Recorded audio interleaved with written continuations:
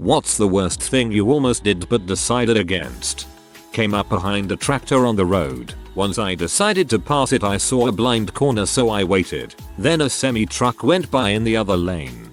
Being the guy in the tractor several times, I'm glad you didn't pass. I started to fall into a bad crowd in my early 20s, and I befriended a girl who worked at the gym I went to. She told me how she knew this one older lady who worked out was incredibly rich and left her locker unlocked, so she tells me that I should steal money from her purse. I'm stupid, and I consider it for a moment, and I ask if there are cameras. She assures me that there aren't. She points out the lady she wants me to steal from, running on a treadmill, and I just can't. I tell my friend that I won't do it. That's not in my nature. My friend tries to entice me into doing so by making grandiose claims that she won't notice it and she knows other employees who have done it. I'm disgusted with myself for considering it. Very nice woman. Not that that should matter, it's stealing. And I'm like, I'm not doing that. The rich lady and I had the same exercise schedule, and I mentioned to her how there have been thefts in the locker room, and she thanks me and tells me how she had noticed things missing in her purse and planned on reporting it. Nicest lady, a teacher who happened to be married to wealth, and I cut ties with that friend out of disgust. Very, very happy that I never went through with that plan. This deserves more credit. Props to you for being a decent person, dude. I had planned to study at my campus library during finals, my sophomore year in college. Being the procrastinator I am, last minute I decided to push it off until the next day. Later that day, there was an active shooter on campus. The spree ended in the library with 2 more people being killed and several more injured. Procrastinating potentially saved my life. One night I decided I was through. Had lost my job. House was in foreclosure. Marriage was on the rocks. Not to mention tons of emotional baggage from a truly fricked up childhood. Had been thinking about it for a few months. Was gonna swim to England, meaning get in the ocean and just swim east until I couldn't anymore. It was the perfect night for it. The moon was just rising, so I could use it as a beacon to keep going in the right direction. I made the mile or so walk down to the beach and threaded through the path between the dunes. If I was going to change my mind, it was here or never. I chose to do it. But the damned beach was crawling with cops. Some on ATVs, some walking back and forth with flashlights. To this day I have no idea what they were doing there. It was like 2 AM. I waited a while for them to leave, but they just didn't. Eventually, the dawn was going to come and I was in no mood or condition to answer any questions, so I decided to go back home. Frick man. Speechless right now. Can't imagine what thought you were running through your head this night. Really hope you're feeling better now. Not me, but a buddy of mine. At a house party in high school. One of those where we were younger than everyone by 5-10 years. He needed to pee, but the line to the bathroom was taking forever. I'm like, your man. Pee on the wall out back. On his way out back, we witness a kid being violently walked out by the back of his neck from the back door to the front door, with 3 girls cussing him out. My friend's like, whoa, what did he do? Some party goer laughingly responds the homeowner caught him trying to pee on the wall out back. He kept his mouth shut and went back to the bathroom line. When we were in 2nd grade, me and my friend were about to go rob a store with toy guns, but I chickened, and I'm glad I did. Edit. He didn't do it because I left. In college, I was at a party without my girlfriend. I ended up hanging out with 2 girls, who were sisters. I mentioned that it was kinda hot how one was sitting in the other's lap. They said something like, we can be a lot hotter than that, and kissed. Instantly, cutting through the alcohol haze. I felt like I needed to get out of there. I could have a very interesting night, but I could never hurt my girlfriend like that. 10 years later, we're still married. I know I made the right decision that night. Will of Steel. Stray cats kept harassing my chickens when I was like 10. I decided to get my crossbow, a toy one with like orange bolts with suction cups on the end, stick a sewing needle in the end of a bolt, and shoot it at one of the dang cats. I had a cat in my line of sight with my crossbow loaded, then realized that was probably not a good thing to do. Good for you. The cats were probably just trying to eat and live. Preface: with years of mental illness and a falling apart marriage, It will be 2 years ago this winter. I had just moved to a new town with my wife of a few years. She went to see her family days after we got there, and we ended up separating permanently. I was alone, with no friends, thousands of miles from my family who I wasn't on good terms with. I let her take all the money we had, assuming I would make more in my new serving job. After 4 days with no food, and not leaving my apartment because the job had not called me back no matter how many times I reached out, I sat in my living room alone, with the barrel of my shotgun in my mouth loaded, safety off. My building was empty because the other tenant was out of town. I couldn't stop thinking about how no one would even know if I pulled the trigger. I had no close friends who checked in with me. My family barely spoke to me. The only person I had any real contact with had just stopped being a part of my life. If I could have found someone to take care of my dog, I wouldn't be here. After a few hours of sharing down the barrel of a Remington 870, I decided I needed to feed my dog more than I needed to end my pain. I sold the gun to a guy I found on Facebook Market for $200 and bought a big bag of dog food, a crate of ramen and a ridiculous amount of bologna. And vodka. A lot of vodka. It's crazy how fast things spiral out of control. But the first step was getting rid of the gun. Ended up keeping that job after they finally got back to me with a start date. Made some friends I will have for the rest of my life. Worked things out for better or worse with my parents and siblings. Found a woman who really loves me and have been kicking some ads the last year or so. Got past my alcoholism for the most part and have really climbed out of a dark place. Found a better home for the dog so she would never be hungry again. Take it a day at a time. A few years later I am doing a lot better. I'm so glad you're doing better now. I was really mad at a guy last year and seriously considered texting him, "I hope you go to heck with your dead mother." His mom had died a few years back and he's still hurting from it. It's probably good I didn't say that. A good rule of thumb is to wait a few hours before sending such messages. Since I started to follow it, I've never actually sent anything mean to anyone. Was tripping on acid with some friends, headed to the store to get cigarettes back in like 02. Don't drive on acid, it's stupid and you can hurt someone. It was like 2 AM and on the way there was a city bus parked on the side of the road, engine running and no driver. We stopped and seriously debated stealing it. I mean, how awesome would it be to come back to the party with a bus? We got out of the car and stood outside the bus plotting. Eventually we decided against it because no one knew how to operate it. So we continued to the store where I bought a snow globe, an Eric Cartman wind-up figurine and a rubber skull that when you squeezed its brains pulsates through some mesh. No cigarettes, which meant another trip out to the store. Not having that one more drink. I don't know if it's the worst thing, but younger me has spent too many nights either hugging the toilet or at least too incoherent to really have any fun. Unprotected sex with my almost ex-wife. If she'd gotten pregnant, I'd probably never have left, and I'd probably be dead. Oh come on, you can't just say that without a story. Tell more about her. An ex-girlfriend of mine suggested we have sex once more after we broke up. Whilst I'm well aware this can work for some people, turning it down is one of the best decisions I think I've ever made, if only because it would have dredged some things up that really needed to stay buried. Miss me with that kind of toxicity. Good call, man. I fell for that trap and it was the worst year of my life. Too much unnecessary drama that left me miserable.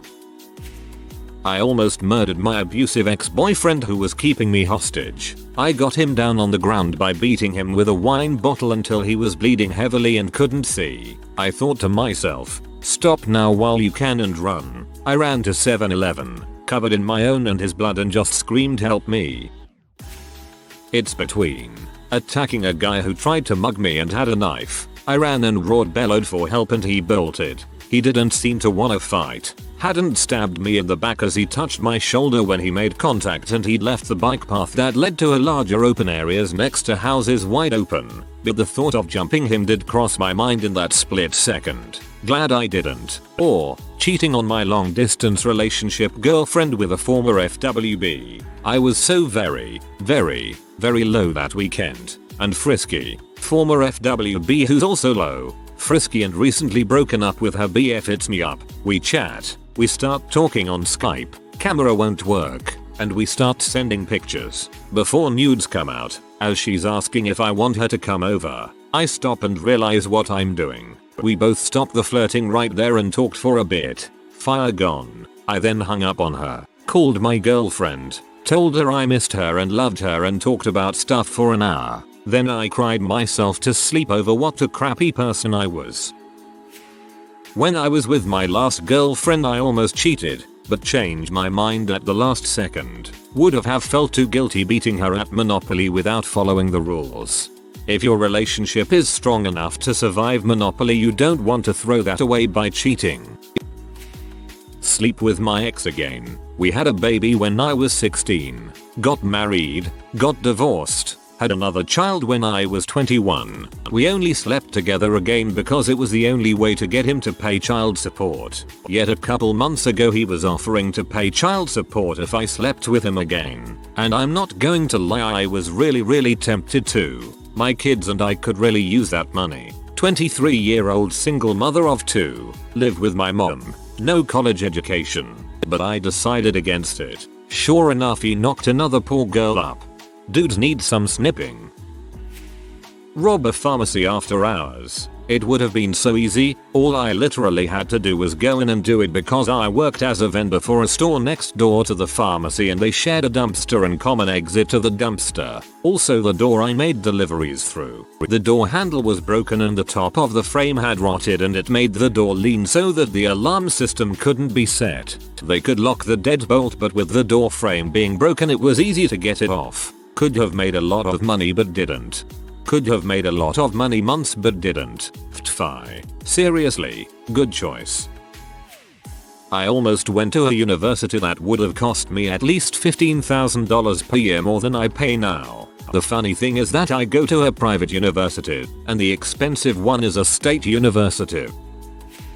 This guy really hurt me last summer. He wanted to go out with me, and I convinced myself to give him a chance. The night before our date, he cancelled and stopped talking to me for 3 months, and when I finally asked why, he practically told me he doesn't date Christian girls or virgins, and was basically being just very sexually objectifying and awful to me. Anyways, by some miracle, his little 14-year-old sister was transferred to my high school, and she was very nice, and I kind of became friends with her. What I wanted to do, and had several opportunities to, was to tell her everything he said to me, but I didn't, because even though he definitely deserved that, she didn't.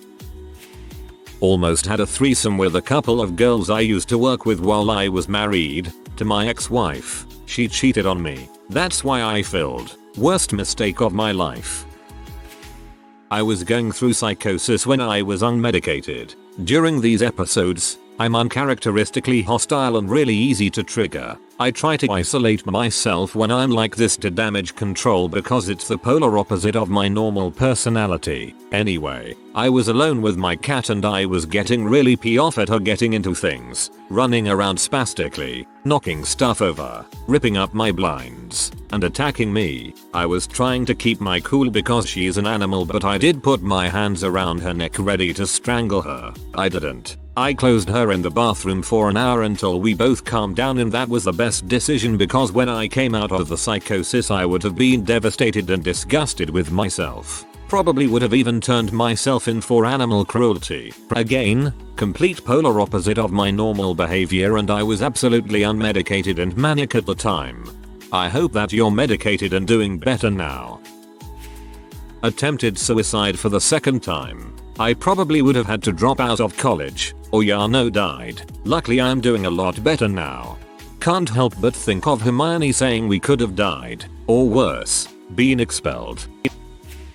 There is a short, I hope, little background story. We moved to a different country when I was 7. New language, culture, different people and customs, different holidays, different school and kids, no friends, the whole package. I started to gain weight after my horrible stepdad died cause of alcohol abuse. His liver shut down fast and he didn't pay enough attention to it. He also had epilepsy and had seizures, often resulting in head injuries. So, I grew up fat, not obese fat but some overweight. When I became a teenager I was hanging out with the wrong crowd. Drugs and alcohol was just normal for me at 14. and I was sinking into depression. My grades, no matter how high they were, didn't seem to impress my mother. It was important to me. Her boosts of confidence, those never came. Neither did motivation. So I stopped trying. Being depressed and all. Girls didn't pay attention to me cause I was just fat and weird. At least that's what I thought.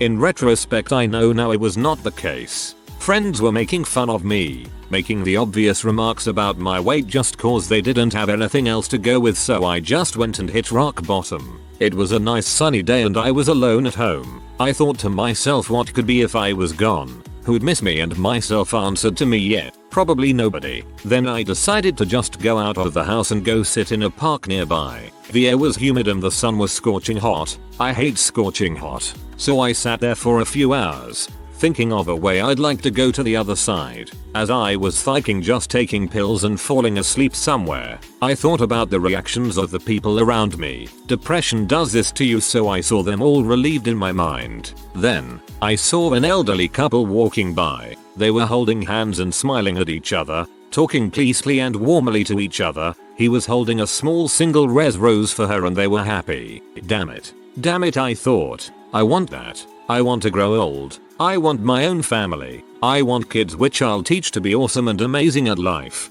I want them to be happy, to have the things I've never had. I want my wife to be smiling at her final stage at life when we take our morning walks in the park, since we've done everything in life and can now simply remember the good times past and enjoy the rest of our lives together. I stood up. I went back home, hugged my mother and sat down to play some video games. It's been almost 15 years and the thought, that creepy dark thought, never came back. I proposed this January and she said yes. I'd say, we have our future way ahead of us, but I can see us walking down a small park, holding each other's hands and smiling. After all, life is a beautiful, wonderful thing. It is a gift. Do not waste it and think it for granted. Real or not, this is a touching story and should have more upvotes. Almost didn't declare exterminatus on a planet infested with chaos worshippers. But when I looked upon their foul machinations and heretical rituals, I come to realize I had no right to let them, or any man, live without the Emperor's light. Kill them all and let the God Emperor sort them out. I was on post in NC and it was just me in the guard shack. I was going through some major crap. I was coping with it like any 19-year-old who is away from family and being told he was a crap bag for being 18 pounds overweight, 202 at 6 feet 2. The other MP and me get to this post and he goes off to drive around. It seemed like forever and I was really getting into my head. I pulled my sidearm and put it in my mouth. I then cocked the hammer and had my finger in the trigger. It was at the moment that the other guy came back. I don't know if he saw the way I looked, but he never left again that night, even though he had to do checks. I will never forget the way that the metal felt against my teeth. The taste of CLP in my mouth even after a few cigarettes. It took me 5 years after I got out to tell anyone that story. The first person I ever told was my wife. Since then I have gotten help with the VA and am doing wonderful. I was 5.5 pounds from making the worst choice, but was saved by a CPL who I thought didn't care. I almost committed suicide a few times at different points in my life. I always had something to help pull me back though, luckily. What is that thing pulling you back? I'm still searching for it. Putting an unloaded airsoft gun to my brother's eye and pulling the trigger as a joke to our other siblings. Had a change of mind for some reason and out it to his leg. Turns out it was loaded. No one knows, but for some reason that's stuck with Kev for the past like 13 years. I nearly joined the Air Force in early September of 2001, just 4 days before 9/11. After I found out I wasn't eligible to be a pilot, I walked away. I had a friend who was pretty into nu metal. He told me of a few bands he really liked, included were Linkin Park and Limp Bizkit. A week later, I went to a record store with my mom, and I was looking for a new record to listen to. My mom told me to pick one just for now. I saw Chocolate Starfish and the hot dog flavored water, and I thought, I'll give it a try. But when I picked it up, right behind it was Hybrid Theory. I thought, I actually like that album cover better, so I'll pick that one. Turned out to be a very good decision. Now Linkin Park is one of my favorite bands. Right before I tore my friend's pants off to finger her in our friend's kitchen, my brain caught up with my dong. I got drunk here. She was already drunk when I got here sober. No matter how handsy we were with each other in public and sober, it wasn't okay to go that far drunkenly. I was appalled at myself for what I almost did, so I'll let go of her. I was also too drunk to realize that if I was actually holding her up sideways by her waistband, that she's just drop and hit the floor when I let go. I was dating this guy that I was really into, and who was really into me. Very romantic, the sex was great, but something about it just wasn't quite right. So without even realizing it, I just straight up never let him into my life. He never came to my house or got my address, never met my friends or family. He didn't know where I worked. He didn't even know my last name. A couple months in, I realized that none of the stuff had ever come up. And that was really unusual for me. I don't keep people at arm's length like that. I'm very open, and if anything I tend to overshare. But I couldn't bring myself to do it. I just couldn't. And I had no idea why. Shortly thereafter, we got in an argument, and he threatened to tie me up and rape me until he got me pregnant. He didn't even know that I was on birth control. I ran like heck, and I was scared shitless that he would find me. So I ended up going to the police because I just didn't know what to do. Turned out they'd been looking for him for years in connection with a bunch of assaults, robberies, and possibly a murder. Rammed the idiot doing 10 miles per hour under the speed limit on the no passing lanes highway when I was already running late for work. I decided that this would just make me even more late, though, but by God, I really wanted to do it. I call those days weekdays. I'm really ashamed to admit it, but frick it, I guess this is some sort of repentance. It was over a year ago, but almost taking my friend's girlfriend's used panties cause they were in a laundry hamper in the bathroom, and I was kinda frisky as frick and had a dire need to rub one out. I held back cause well it was really fricked up to even think about it, and I never tried doing that crap before anywhere nor to anyone else. So yeah, heck no. Haven't finished Monogatari yet, but username checks out. Joining the Navy based on the idea of being a gay guy locked up with lots of men for months on a ship. And it's not that I decided against it at the time. I just didn't make the cut, thankfully. Me and the family stayed at a hotel suite. Normally hotels charge you for the drinks in the mini fridge, but apparently they're free when you stay in the suite. My mom told me to empty it since it was free. So I took all the drinks and stuffed them in my backpack. On the car ride home, I decided to drink a couple of beers. After getting a light buzz, I thought to myself maybe I should do this every day because I don't feel anxious when I'm drunk. For a brief moment of clarity, I realized what I just thought was basically what alcoholism was, so I nicked the beer. My BF I had been with for a few years tried to get me to try coke, Molly and something else. He was hooked on them and wanted me to see why. I was already on oxy doctor prescription and never took anything stronger or not prescribed. I almost did it, but then I realized he'd be throwing everything away. I ended up dumping him 2 years ago and marrying the man of my dreams last October. All he does is smoke weed, never touches anything pharma related. I almost had a fling. I'm the kind of person who likes commitment and stability, and I take all my relationships, romantic and otherwise, seriously. I was in a bad place, had been hung up on the wrong guy for way too long, and I met a guy I was confident I could seduce pretty quick. I knew that he, like me, enjoyed commitment and would want a solid relationship, but I thought I'd just date him for a few weeks, months to feel better about myself and then dump him, whether or not that's what he had in mind. As it turns out, he had very recently been suicidal and was still dealing with a crap ton of depression. Going in with that attitude, I could have really messed him, and myself, up. Instead, I started dating him and ended up really liking it, and I never felt the need to end it. We got married after 2 years and we've never been happier. If you are new to the channel, you can subscribe. I publish new videos every day. Until then, check another video.